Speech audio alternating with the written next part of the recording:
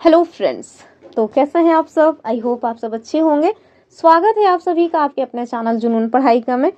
हम लोग सीटेट 2025 के लिए जो एसएसटी वाला पोर्शन है उसको कंप्लीट कर रहे हैं, जिसमें हमने हिस्ट्री एनसीईआरटी कंप्लीट किया है। अब हम जो हिस्ट्री हमने कंप्लीट कर लिया है उसमें सीटेट में जो प्रीवियस ईयर क्वेश्चंस पूछे गए हैं उसको सॉल्व कर रहे हैं हिस्ट्री में। ठीक है, तो आज हमने जो पेपर लिया हुआ है वो कब का है, तो सीटेट दिसंबर 2019 में जो एग्जाम हुआ था उसके पीवाईक्यू आज हम डिस्कस करेंगे हिस्ट्री वाले पोर्शन के। ठीक है, तो हमने ओरिजिनल जो पेपर होता है उसको लिया हुआ है, आज हमने प्रिंट नहीं किया है। आज हम ओरिजिनल पेपर से क्वेश्चन को सॉल्व करेंगे। तो हमने डायरेक्ट सीटेट की वेबसाइट से ये पेपर डाउनलोड किया है, तो इसको आप देख सकते हैं। चलिए अब हम लोग देख लीजिए कौन सा वो मतलब की है। तो ये बुकलेट जो है वो ई नंबर की है। ठीक है, तो चलिए मूव ऑन करते हैं जहां से हमारा हिस्ट्री वाला पोर्शन शुरू हो रहा है। तो पेज 31 पे है। बस एक मिनट भी नहीं लगेगा, इवन 1 सेकेंड। तब तक आप लोग चाहें तो वीडियो को लाइक और शेयर कर सकते हैं अपने फ्रेंड्स के साथ। तो चलिए आ गया है हमारा क्वेश्चन। टोटल लगभग 12-15 क्वेश्चन पूछे गए थे। अब आप समझ सकते हैं कि हिस्ट्री का पोर्शन कितना इंपॉर्टेंट है। टोटल 40 क्वेश्चन सब्जेक्ट से पूछे जाते हैं, उसमें 12 से 15 क्वेश्चन इतिहास से पूछे जा रहे हैं। तो आप लोग प्लीज़ जो हमारी एनसीईआरटी की सीरीज़ है उसमें हमने तो मतलब टोटल 34 वीडियोज़ लिए हैं, उसको ज़रूर कवर कर लें, जिसका लिंक आपको प्लेलिस्ट का इसी वीडियो के डिस्क्रिप्शन बॉक्स में मिल जाएगा। तो चलिए स्टार्ट करेंगे। सबसे पहला क्वेश्चन आप देखिए, 42 नंबर से क्वेश्चन शुरू हुआ है और 54 तक जो क्वेश्चन है वो लगातार हिस्ट्री से पूछे गए हैं। तो ये जो हमारा पहला क्वेश्चन है ये आप देखेंगे कि क्लास 6 की जो एनसीईआरटी हिस्ट्री है वहां से ये क्वेश्चन लिया गया है। ठीक है, तो मैं आपको ये बता रही हूँ कि ये सोर्स क्या लिया है सीटेट ने। ठीक है, यानी कि सीटेट के द्वारा सीटेट का जो एग्जाम कंडक्ट हुआ था 2019 में उसमें ये क्वेश्चन पूछा गया है। और ये क्वेश्चन कहाँ से बना है, तो क्लास 6 एनसीईआरटी हिस्ट्री चैप्टर 1 से। ठीक है, चलिए देखिए क्या क्वेश्चन पूछा गया है।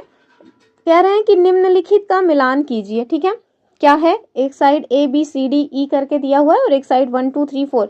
तो आपको ए बी सी डी ई को 1 2 3 4 से मैच करना है। ठीक है, क्या कह रहे हैं, ऑप्शन जो हमारा पहला है कह रहे हैं कि नर्मदा घाटी, वज्जी, गारो पहाड़ियां, गंगा घाटी, सिंधु और उसकी सहायक नदियां। ठीक है, और साथ में फिर आपके पास ऑप्शंस हैं, उनमें आपको चूज करना है। तो चलिए देख लेते हैं। सबसे पहले आप देखें नर्मदा घाटी। अगर किसी ने हमारा वो वीडियो देखा होगा जो हमने कवर कराया है तो उसमें हमने बताया है कि नर्मदा घाटी से मतलब किस चीज के साक्ष्य मिले हैं, वज्जी से क्या संबंध है। हालांकि वज्जी जो है वो महाजनपद से संबंधित है। ठीक है, और जो गारो पहाड़ियां हैं वो किससे रिलेटेड हैं, साथ में गंगा घाटी और सिंधु तथा उसकी सहायक नदियां। ठीक है, चलिए इसको हम लोग मैच करते हैं। सबसे पहले हम वज्जी को देखेंगे। क्यों, क्योंकि हमने कई बार बताया था कि वज्जी जो है ना वो पहला लोकतंत्रात्मक या प्रजातंत्रात्मक जो है ये जनपद था। ठीक है, या संघ था या गण था। ठीक, तो इसमें आप देखें क्या इस टाइप का कुछ दिया हुआ है। तो हाँ देखें ये दिया है आरंभिक गणतंत्र। ठीक है, तो वज्जी वाला जो है ना वो आरंभिक गणतंत्र से मैच कर लिया जाएगा। तो इसको एरो ले लेते हैं। ठीक, ये हो जाएगा।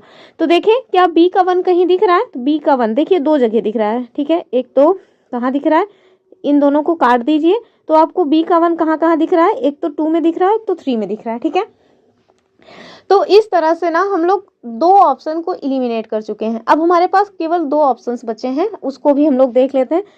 अगर आपको याद हो कि जो नर्मदा घाटी है वहां पे हमने क्या बताया था तो आप इसको आराम से फिर शायद कर ले जाएं। ठीक है, तो नर्मदा घाटी किससे संबंधित है, तो आप देखेंगे कि जो नर्मदा घाटी है ना वो आखेट और संग्रहक से संबंधित है। ठीक है, आखेट और संग्रह से संबंधित है जो हमारा नर्मदा घाटी है वो। तो आप देखें ए का 2 कहीं पे दिख रहा है, हाँ देखिए ए का 2 यहाँ पे दिख रहा है। ऑप्शन जो हमारा 3 है ना उसमें दिख रहा है।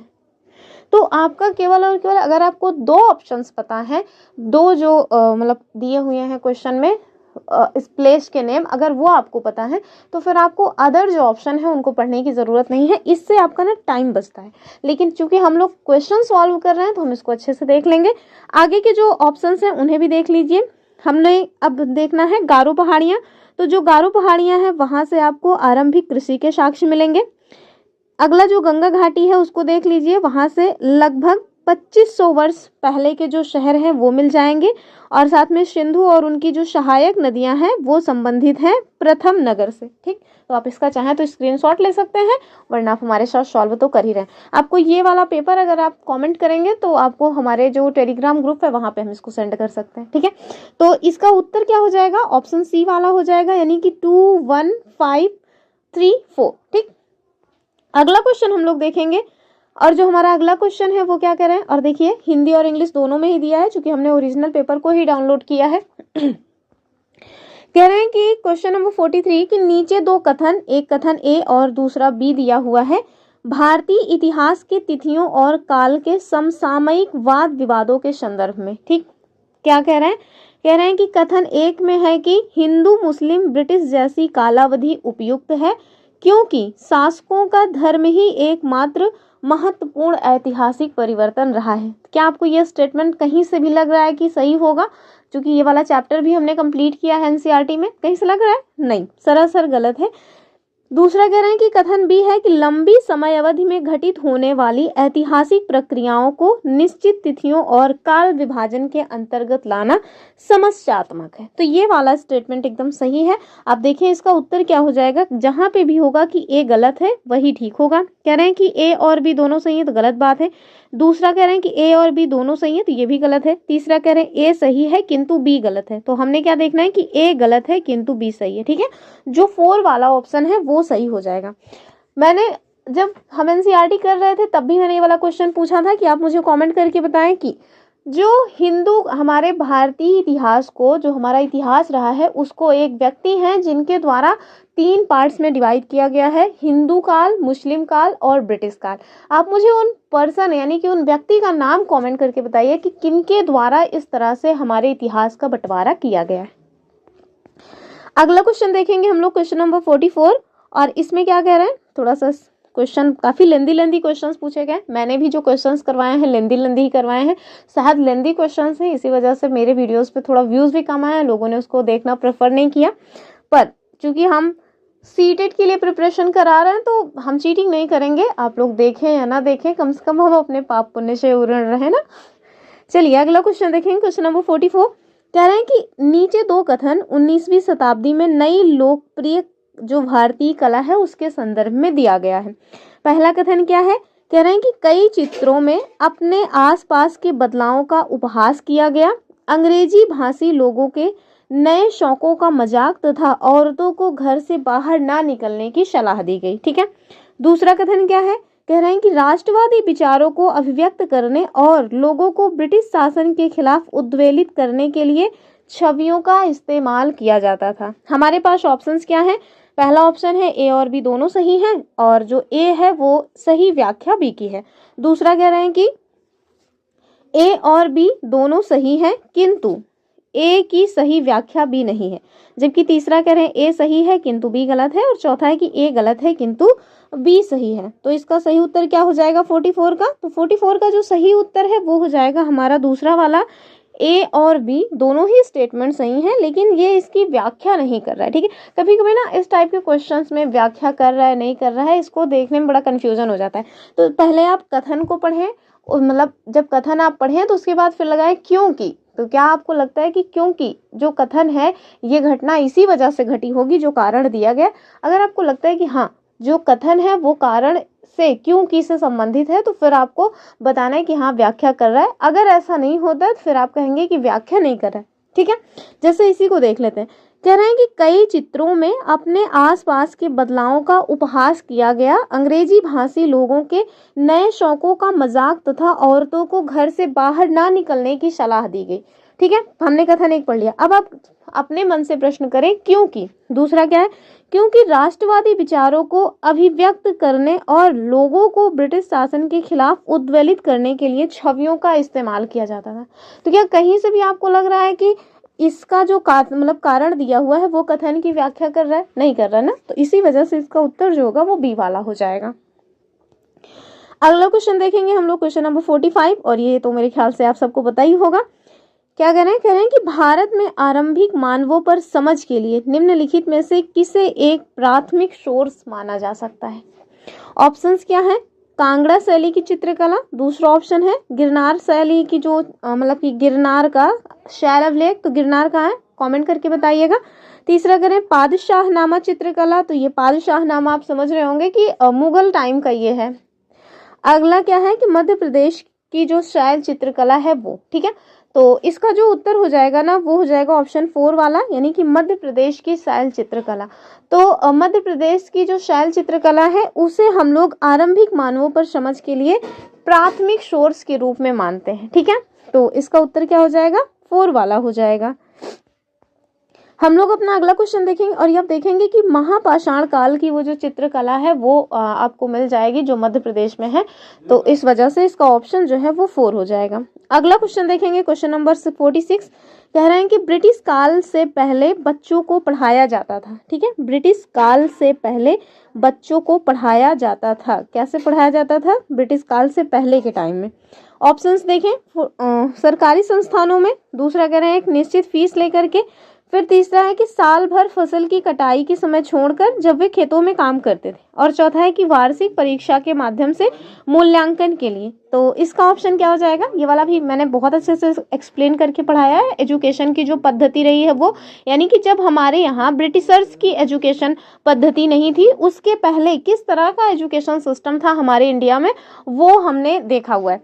तो आप देखेंगे कि हमने बताया था कि जो शिक्षा थी वो पेड़ के नीचे दी जा रही थी, लोग छोटे छोटे ग्रुप में बच्चों को पढ़ा रहे थे, साथ में मतलब कोई ऐसी संस्था नहीं बनी थी जैसे आज विद्यालय एक संस्था बनी हुई है, तो इस तरह की संस्थाएं नहीं थी। लोग छोटे छोटे ग्रुप्स में अपने घरों में, पेड़ के नीचे, बाग में कहीं ना कहीं लोगों को पढ़ा रहे थे, और कोई मतलब फीस जो है फिक्स क्राइटेरिया नहीं था कि जैसे अभी आप देखेंगे कि सभी का फीस जो है लगभग एक ही जैसे रहती है। और अगर सपोज दैट कि कैटेगरी वाइज चेंज है, यानी कि ओबीसी के लिए फीस इतनी है तो सारे ओबीसी को फीस उसी तरह से देनी होती है, या जनरल की फीस इतनी है तो सारे जनरल कैटेगरी के लोगों को उसी तरह की फीस देनी होती है।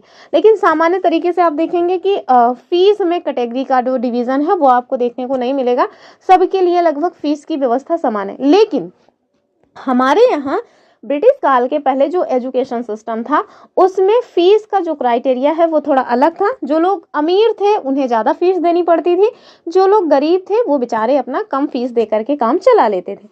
लेकिन इसका जो उत्तर है ना वो हो जाएगा सी वाला, यानी कि साल भर पढ़ाई होती थी, लेकिन जब खेती किसानी का समय आता था उस टाइम पे पढ़ाई को स्टॉप कर दिया जाता था, ताकि जो बच्चे हैं वो अपने पेरेंट्स के साथ जा करके खेती किसानी में उनका हाथ बटा सके। फिर उसके बाद जब फसल की कटाई बिनाई हो जाती थी उसके बाद फिर से लोग अपने विद्यालयों को लौट जाते थे, ठीक है। तो इसका उत्तर क्या हो जाएगा कि साल भर पढ़ाई होती थी फसल की कटाई के समय छोड़ करके जब वो खेतों में काम करते थे। लेकिन जब फिर ब्रिटिश काल की शिक्षा पद्धति आ गई तो उसके बाद फिर कोई भी सीजन हो, चल रहा है विद्यालय, जैसे आज हम लोग जिस एजुकेशन सिस्टम को फॉलो कर रहे हैं लगभग ये ब्रिटिशर्स की ही देन है, ठीक है। यानी कि केवल संडे को छुट्टी होगी, कुछ फेस्टिवल्स पे छुट्टी होगी, बाकी फिर हम लोग एनी टाइम विद्यालय अपना चलता रहता है। जून वगैरह में छुट्टी मिल जाती, अब तो वो भी गई।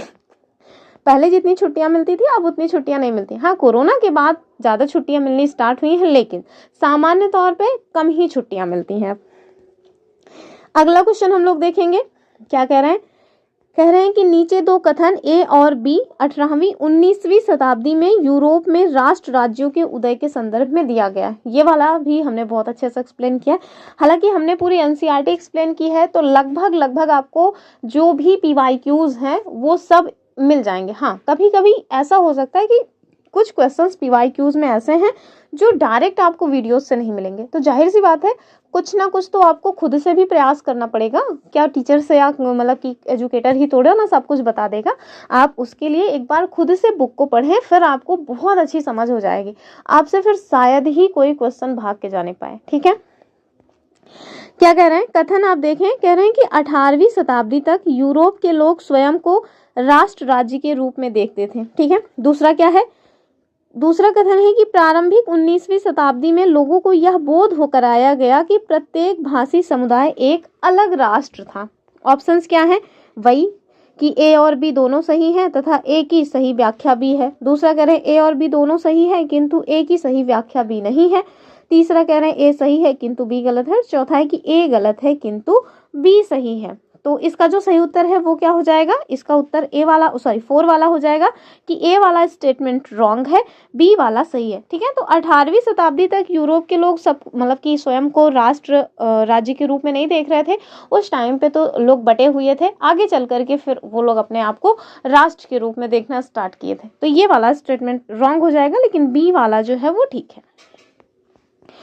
क्वेश्चन नंबर 48 देखेंगे। तो ये क्वेश्चन नंबर 48 इसको तो कई बार कराया है हमने, न्यू एनसीईआरटी की बुक मतलब बुक को ही कवर कराया हुआ है, वहाँ भी मैंने इसको कवर कराया। और जो ये हमने एमसीक्यू वाले मतलब करवाया हुआ है ओल्ड एनसीईआरटी 6 to 8, इसमें भी ये वाला क्वेश्चन सॉल्व कराया है। और ये वाला क्वेश्चन आप देखें कि 2019 में सीटेट ने पूछा भी है। क्या कह रहे हैं, कह रहे हैं कि BCE का तात्पर्य है, ऑप्शंस देखिए, बिफोर क्रिश्चियन एरा, दूसरा ऑप्शन है बिफोर कॉमन एरा, तीसरा है बिफोर सीजर एरा, और चौथा है हमारा बिफोर कंटिप्रेरी एरा। ठीक है, तो हमने बताया था कि BCE का मतलब होता है बिफोर कॉमन एरा। तो कहाँ पे है बिफोर कॉमन एरा, बी में। ठीक है, ऑप्शन 2 जो है वो इसका सही उत्तर हो जाएगा, ऑप्शन 2। अगला क्वेश्चन हम लोग देखेंगे, क्या कह रहे हैं क्वेश्चन नंबर 49 में कह रहे हैं कि हम यह आज कैसे जानते हैं कि पूरा पाषाण युग में भारत में शुतुरमुर्ग हुआ करते थे। ठीक है, ये वाला क्वेश्चन भी मैंने डायरेक्ट कराया हुआ है। इवन मैंने उस टाइम तक ये PYQ देखा नहीं था, लेकिन फिर भी चूंकि एनसीईआरटी में दिया हुआ है तो उससे मैंने क्वेश्चन बनाया हुआ है। ऑप्शंस देखेंगे, कह रहे हैं कि उस समय की कृतियों में इन पक्षियों का विविध लेख हमें उल्लेख मिलता है। ठीक है, दूसरा कह रहे हैं महाराष्ट्र के पटने, हालांकि ये जो पटने है ना, ये आप देखेंगे कि एनसीईआरटी में पाटन लिखा हुआ है। ठीक है, क्या लिखा है, पाटन, महाराष्ट्र का पाटन।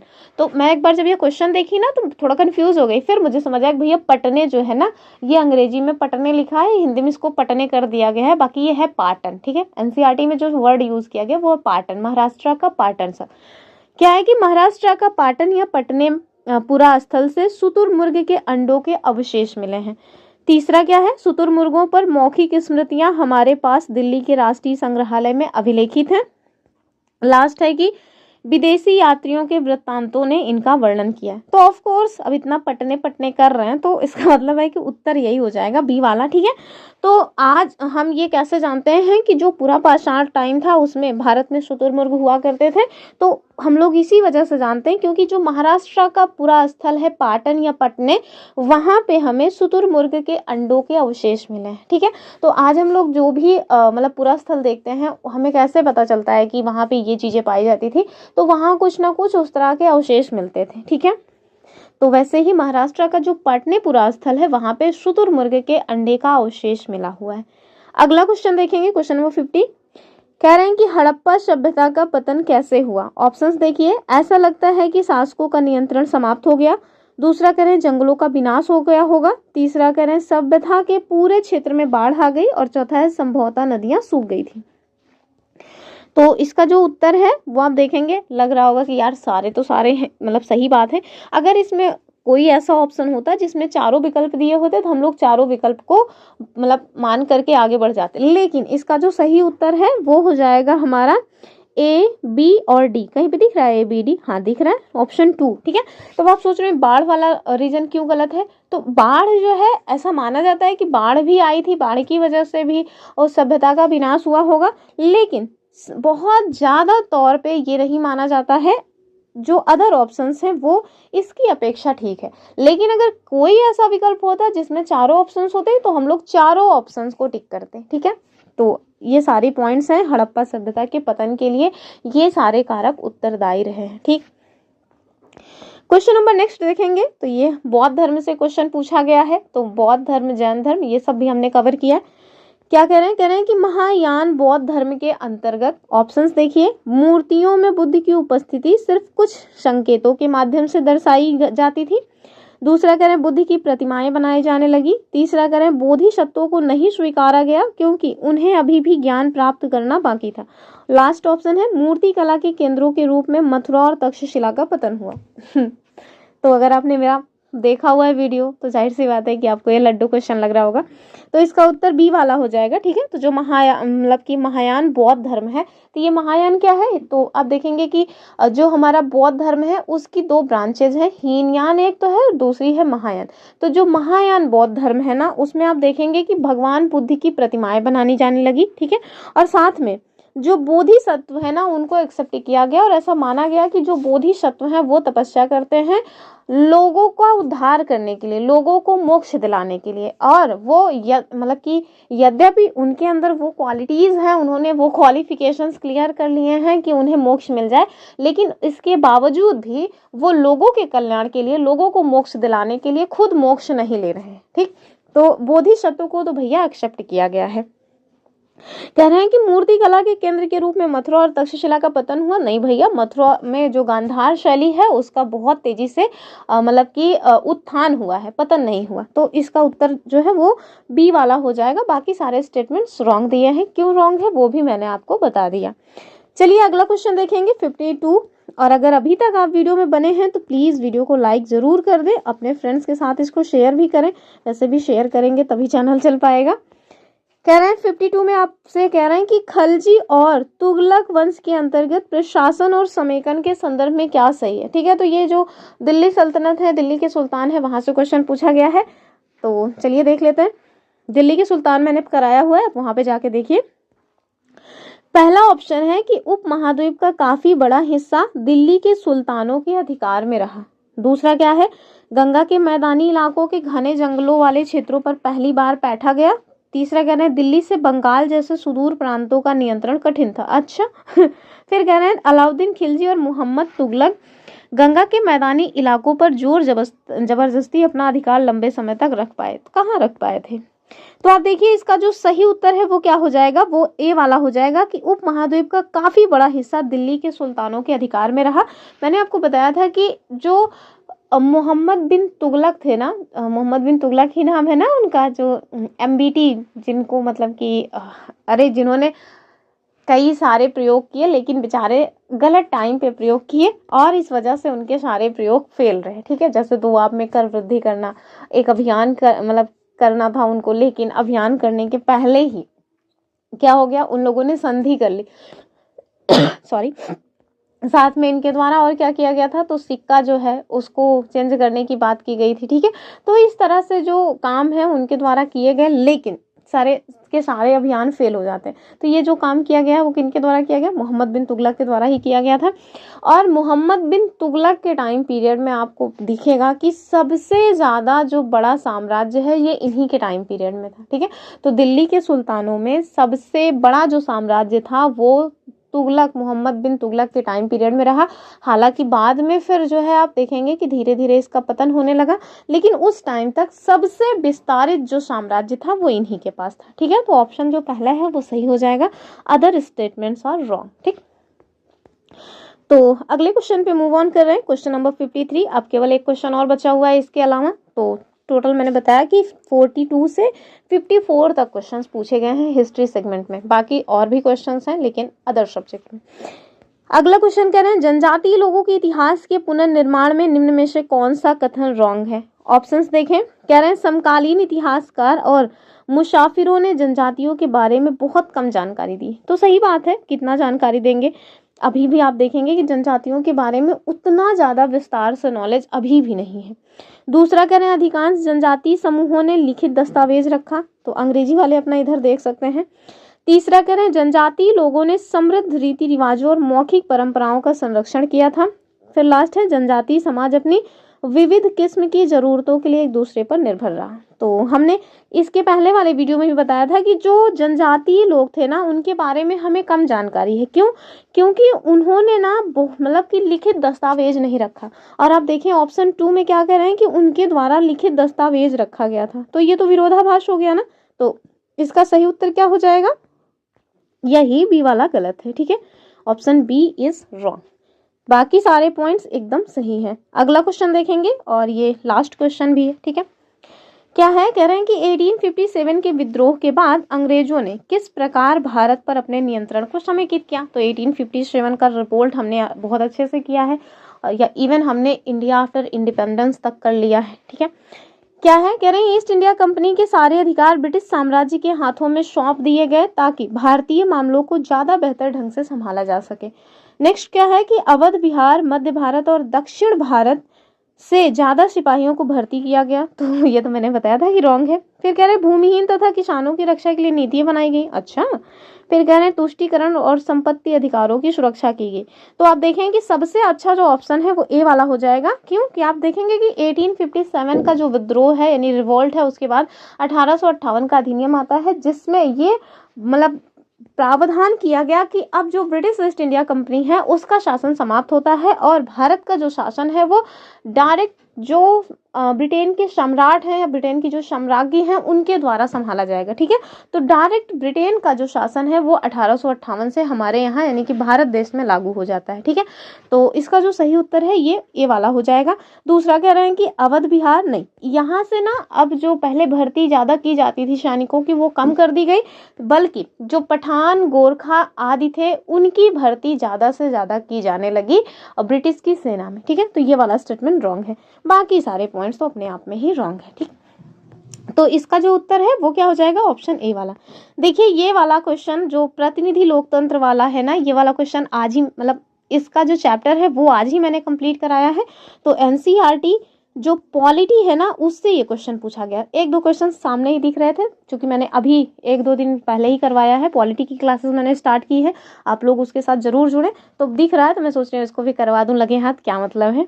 देखिए क्या कह रहे हैं, कह रहे निम्नलिखित में से क्या प्रतिनिधि लोकतंत्र की विशेषता नहीं है। तो आज हमने प्रतिनिधि लोकतंत्र पढ़ाया हुआ है।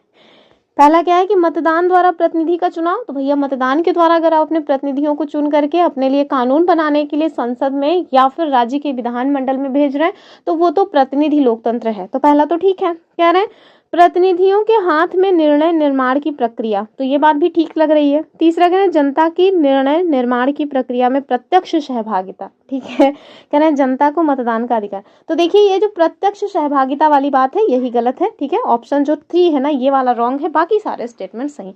क्या प्रत्यक्ष लोकतंत्र है, क्या अप्रत्यक्ष लोकतंत्र है, ये सारे पॉइंट्स मैंने आज की वीडियो जो पॉलिटी वाली है सरकार क्या है उसमें कवर किया है।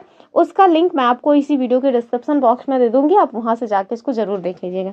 अब देखिए कह रहे हैं कि भारत के किस क्षेत्र को छोटा तिब्बत कहा जाता है। ये वाला क्वेश्चन मैंने डायरेक्ट अपनी वीडियो में कराया हुआ है जो विविधता वाला टॉपिक है उसमें। तो मैंने बताया था जो लद्दाख है ना उसे भारत का छोटा मतलब भारत देश में उसे छोटा तिब्बत के नाम से जाना जाता है। किसको, लद्दाख को। ठीक, तो ये दोनों क्वेश्चंस मैंने 2 दिन पहले से ही अपनी जो पॉलिटी वाली क्लास है वो स्टार्ट की है, तो उसमें ये क्वेश्चंस करवाए हुए हैं। आज मैंने देखा कि ये वाला क्वेश्चन ऑलरेडी पूछा भी जा चुका है, तो फिर मैंने सोचा सोने पे सुहागा है, क्यों ना इसको भी सॉल्व करा दूं। तो चलिए ये रही आज की अपनी video. I hope you enjoy this video. अगर आपको वीडियो समझ आई है, पॉइंट्स क्लियर हुए हों तो आप लोग इसको मतलब लाइक ज़रूर करें, अपने फ्रेंड ग्रुप में इसको शेयर करें और साथ में जो एनसीईआरटी हिस्ट्री क्लास 6 to 8 हमने कवर कराई है उसको देखना ना भूलें, उससे आपको बहुत लाभ होगा। आप लोग एक बार उसको ज़रूर देखें, फिर आगे चल करके जब हमारी पॉलिटी कवर हो जाएगी, ज्योग्राफी कवर हो जाएगी तो एक बार फिर से हम लोग उसको कवर करेंगे। लेकिन अगर अभी आप देख लेंगे, अभी काफ़ी टाइम है एग्ज़ाम को, तो उससे ना आपको लाभ बहुत अच्छा होगा और आपका प्रिपरेशन एक बार अभी ऐसे हो जाएगी, दोबारा से रिविज़न हो जाएगा, तो फिर क्वेश्चन फिर आपसे बनते मतलब सारे के सारे क्वेश्चन बन जाएंगे। तो चलिए फिर मिलेंगे अपनी अगली वीडियो में। वीडियो को लाइक शेयर करना ना भूलें। फिर मिलते हैं, तब तक के लिए जय हिंद।